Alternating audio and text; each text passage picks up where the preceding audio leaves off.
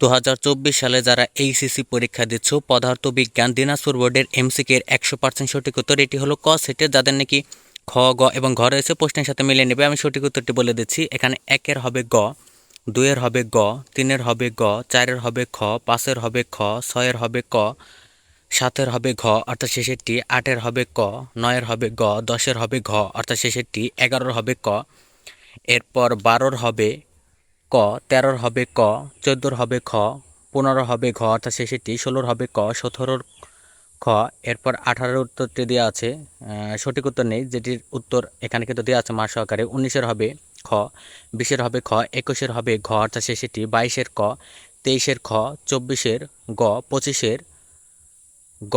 তো শিক্ষার্থী বন্ধুরা, এটি ছিল দিনাজপুর বোর্ডের পদার্থবিজ্ঞানের এমসিকিউ এর 100% সঠিক উত্তর।